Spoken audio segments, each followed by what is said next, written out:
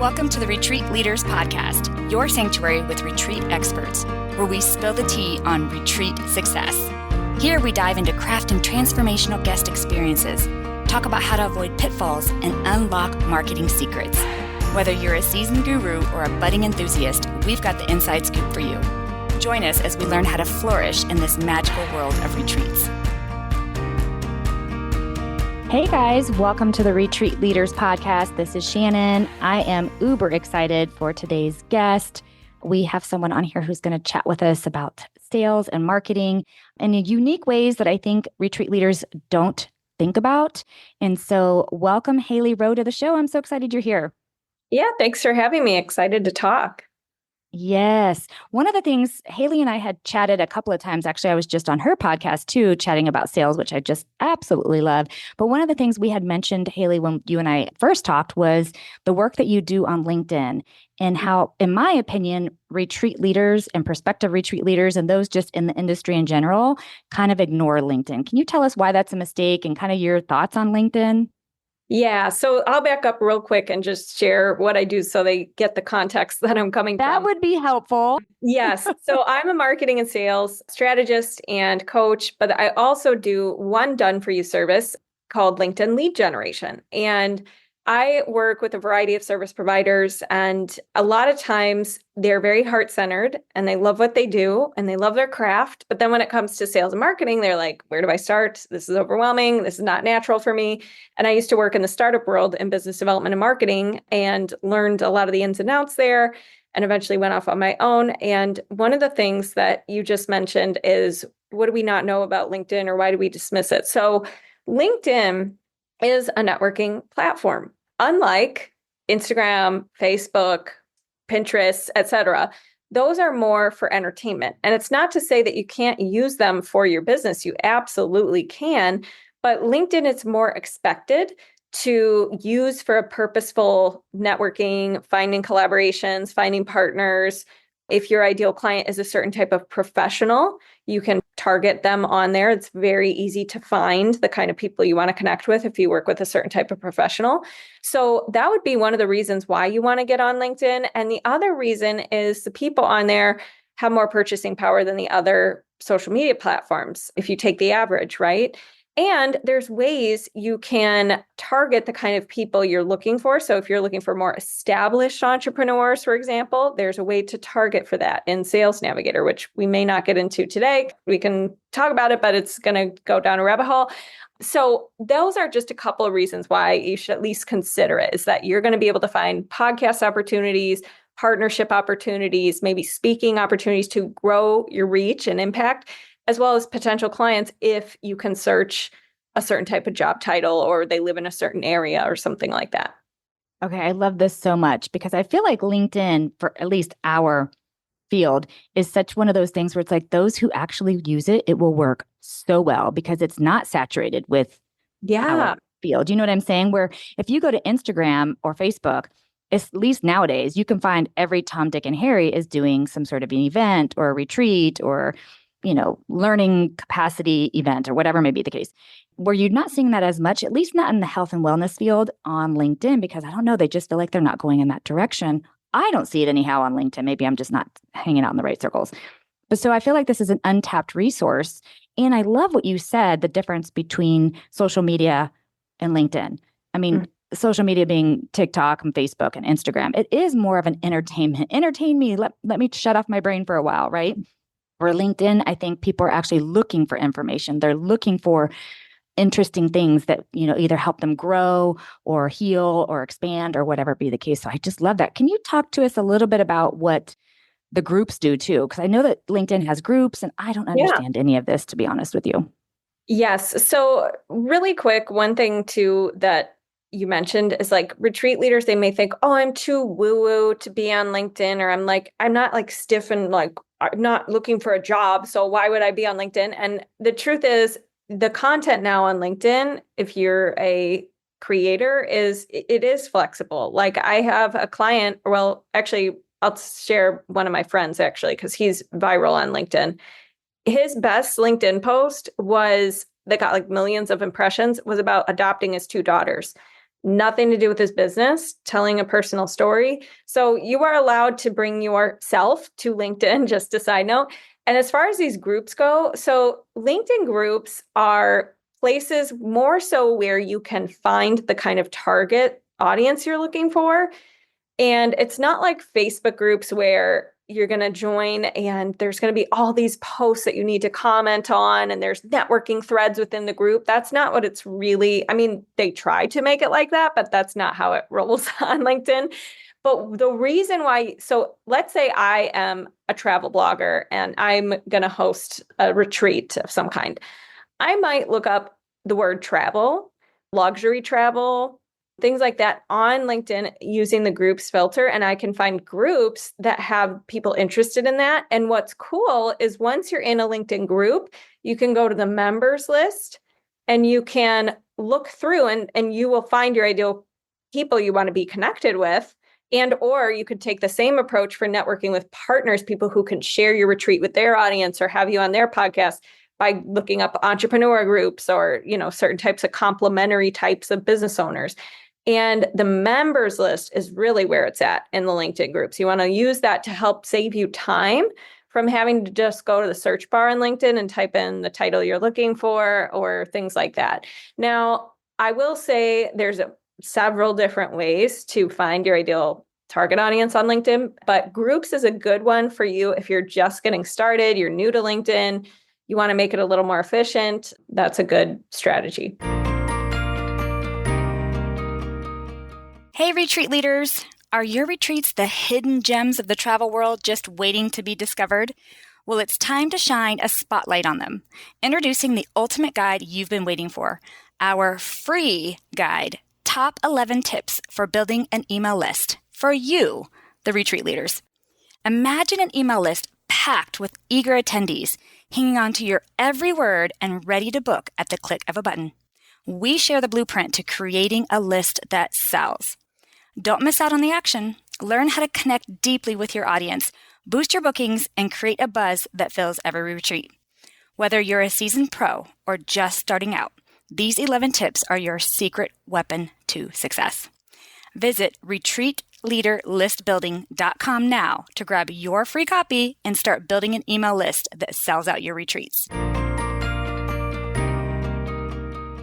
I love that. So here, talk about the universal signs. So you and I had a chat, I think a couple weeks ago, and it was like, talking a little bit about LinkedIn and stuff.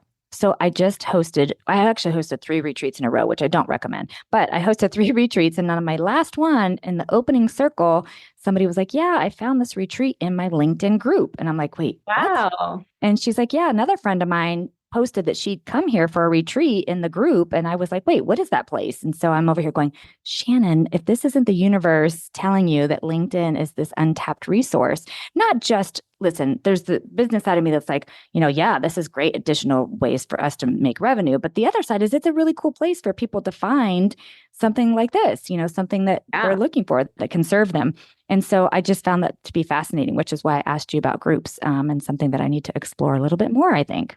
Yeah. And there will be groups where you can introduce yourself or you can share about your retreat. And in this person's situation, it led to somewhere and led to a sale. So I'm not saying that doesn't work, but I think also what's just as important on LinkedIn, in addition to posting in groups, is actually sending out connection requests so that people get into what we call your network on LinkedIn. So that's like your Facebook friends list, but on LinkedIn, right? Because then they're going to keep seeing your posts. And you will be able to, once you send a connection request about maybe why you're connecting, like, hey, I noticed we're both in the Chicago area, or I noticed we're both heart-led entrepreneurs or something.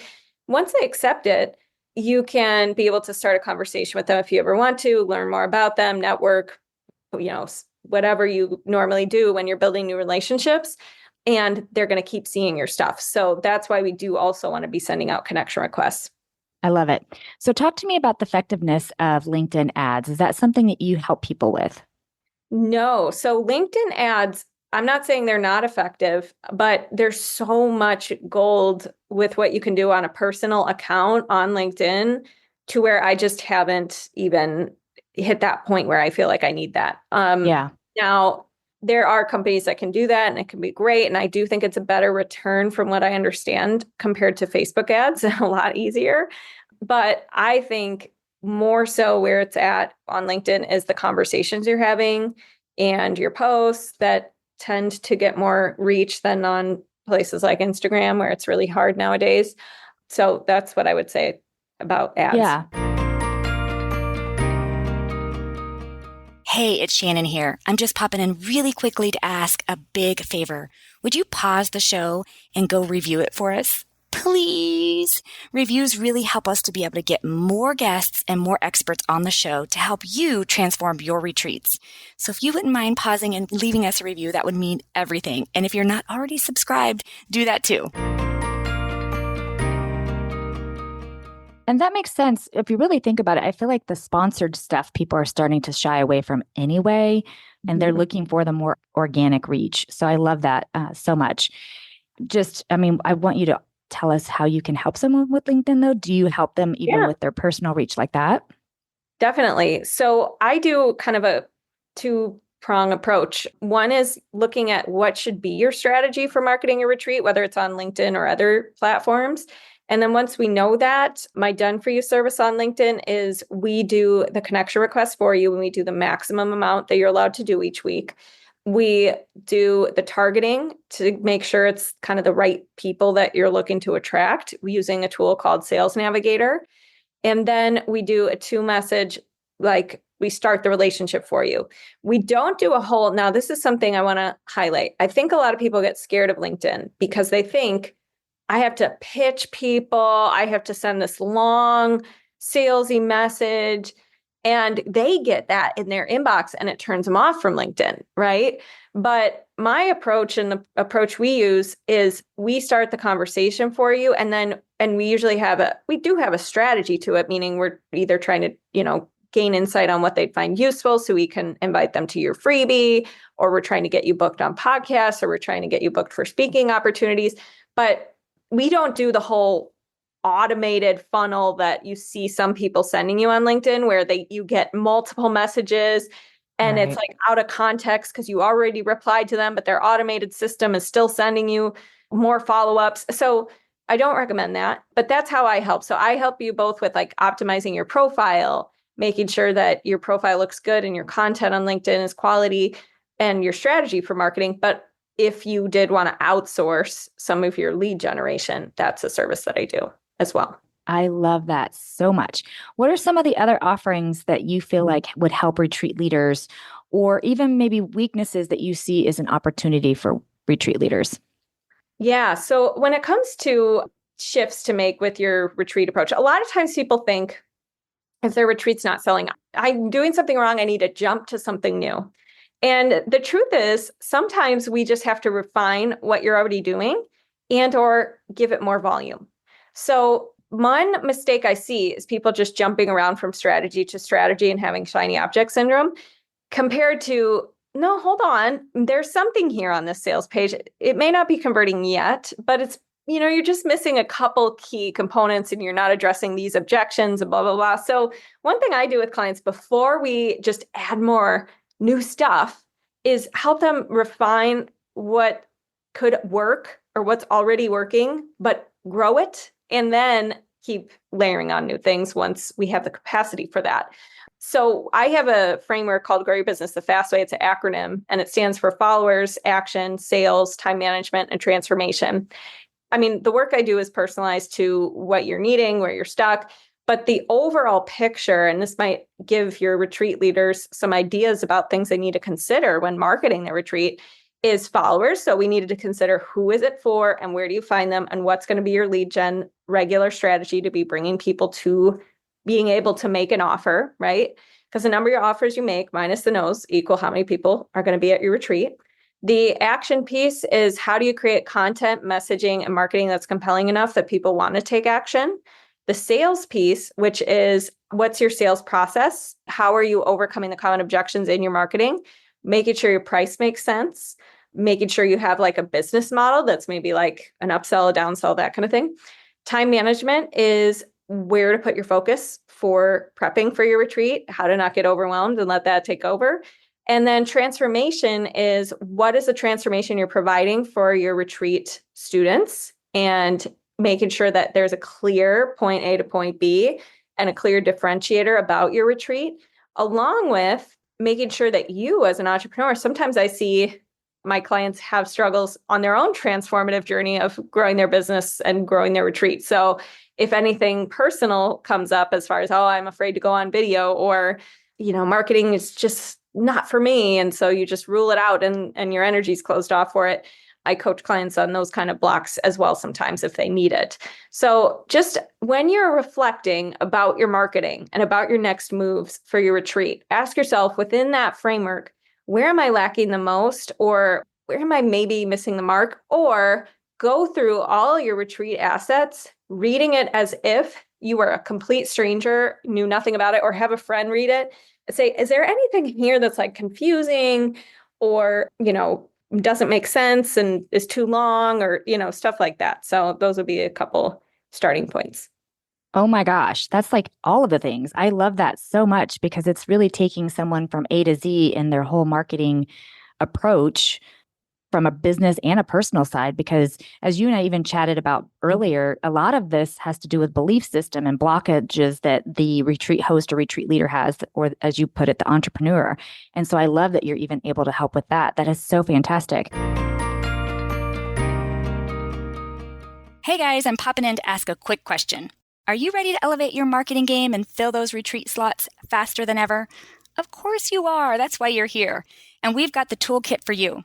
Our top 5 marketing tools for retreat leaders guide.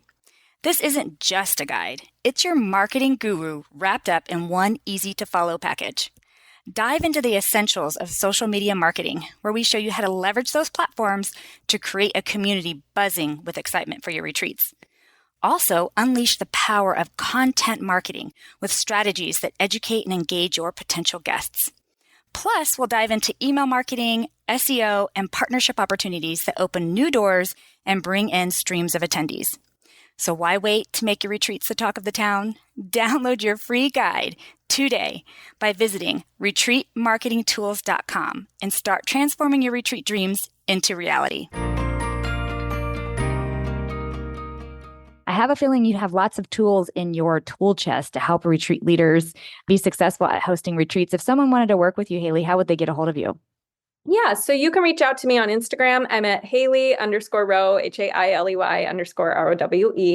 HAILEY_ROWE. I do have loads of freebies. I think the one that might make sense for your audience, because they probably have a lot on their plate, is my free weekly planning system.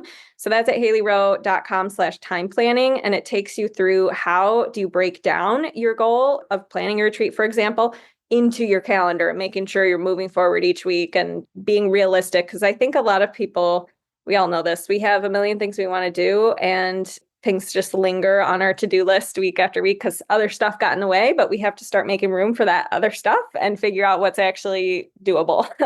So that might help. And then HaileyRowe.com is my website. That's predominantly for some of the coaches and service providers I work with. But if you're more interested in LinkedIn lead gen, you can just reach out. I can talk more about that and send you my page for that and all that good stuff. Awesome. Well, I will have everything linked in the show notes.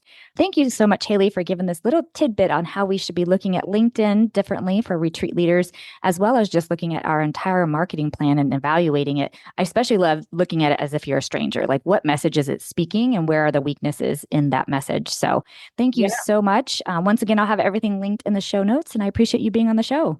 Yeah, thank you. Can I add one more thing I forgot? Please. The Health Coach Nation podcast is where you can also get weekly tips. And Shannon was an amazing guest about hosting a retreat, marketing a profitable retreat. So check that out as well. I love that. Once again, I'll have that linked in the show notes as well. Thank you. I loved having you on here. Thank you. Thanks for listening to the Retreat Leaders Podcast. Learn more at www.theretreatranch.com. See you next time.